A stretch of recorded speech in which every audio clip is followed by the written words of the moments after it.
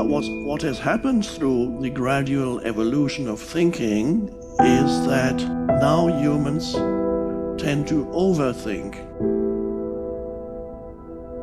There is a lot of not only unnecessary thinking that generates unnecessary and in many cases non-existent problems, such as when you lie awake at night in bed and start worrying.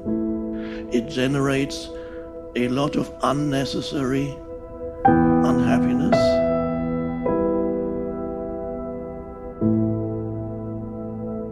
People don't realize that a significant part of the unhappiness in their lives is actually generated by unnecessary, negative, often destructive mind activity, and they don't even know it.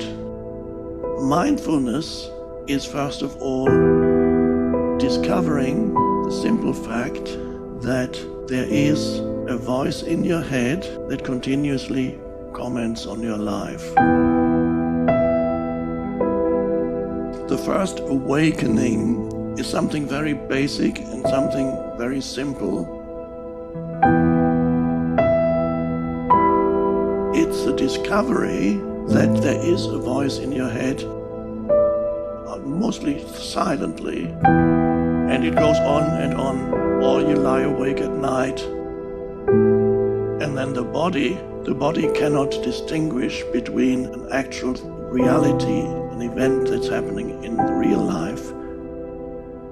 So when you have fearful thoughts, the body reacts to every fearful thought, and that's an emotion. The body reacts with an emotion, the emotion you feel in your body. The body cannot distinguish between an actual event and a thought. So when you think fearful thoughts, the emotions you feel are the emotions that are saying, I am in danger. There is an actual danger here.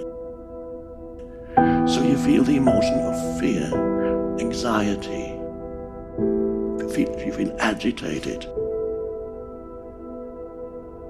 If you indulge in that kind of useless thinking, year after year after year, it has its effect on the body. And it decreases the ability of the body to have the energy to fight disease. Even mainstream medicine is discovering the connection between your state of mind and your state of health. Not only not taking into account the totality of the body, but more importantly, not taking into account the totality of the person, which includes the physical body and the mind. So it's vitally important to discover, first of all, that there is a voice in your head that indulges in self-talk. And for many people, that self-talk is not always negative, but for many people it is more negative than positive. A good event that happened yesterday, you might have gone to you went out into nature and you witnessed a beautiful sunset. You can remember it today and think that was a beautiful sunset. But you can't do that much thinking about a nice event. But the mind, when there's something negative that happens yesterday, somebody offended you, then you can start thinking of how you can go on for a long time dwelling on something negative much longer than dwelling on something positive.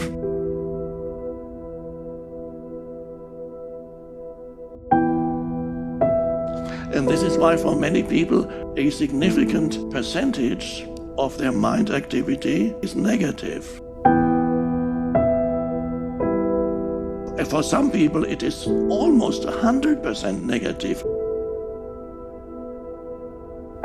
Your predominant state of consciousness, there's a certain correlation between who you associate with, where you find yourself, and even what kind of things happen to you. There is a correlation between one's a person's mental emotional state and who they are with, who their friends are, where they work, and even what happens to them. So if you are in a very negative state a long time, you tend to attract also negative events. So you can discover first that the spiritual awakening is to discover that there is continuous mind activity. For some people, it's the discovery that a significant part of their mind activity is negative. But the vital thing is to discover that there is this continuous talk in my head.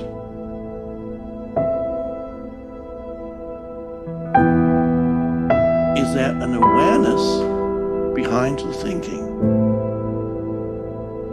If you can become aware that you are indulging or caught up in that useless mind activity, and you suddenly become aware of perhaps certain repetitive thoughts that tend to reoccur in your mind again and again. You might see it in others. So it's easier to see how others are caught up in repetitive thought forms.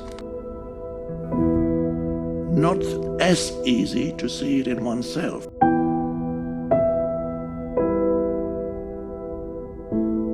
There's a saying that self-knowledge is the most difficult knowledge.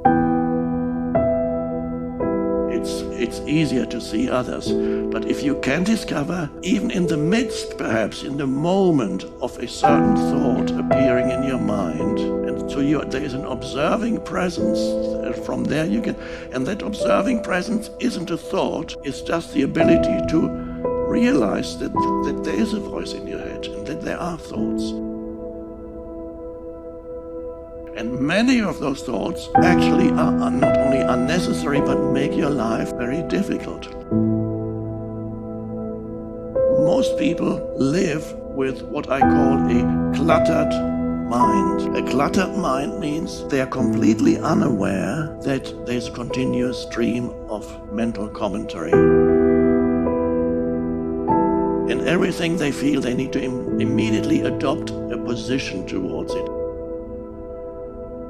Immediately adapt a mental position and being identified with one's mental position, which is a thought.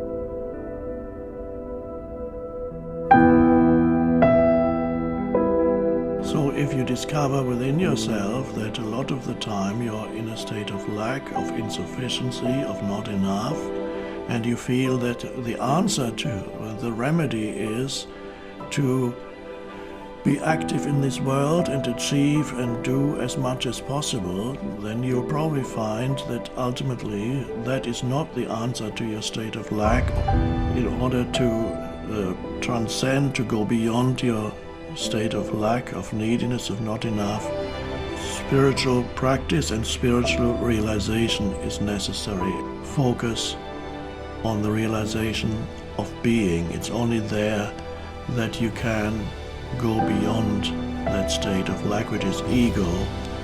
Go within and discover who or what you are beyond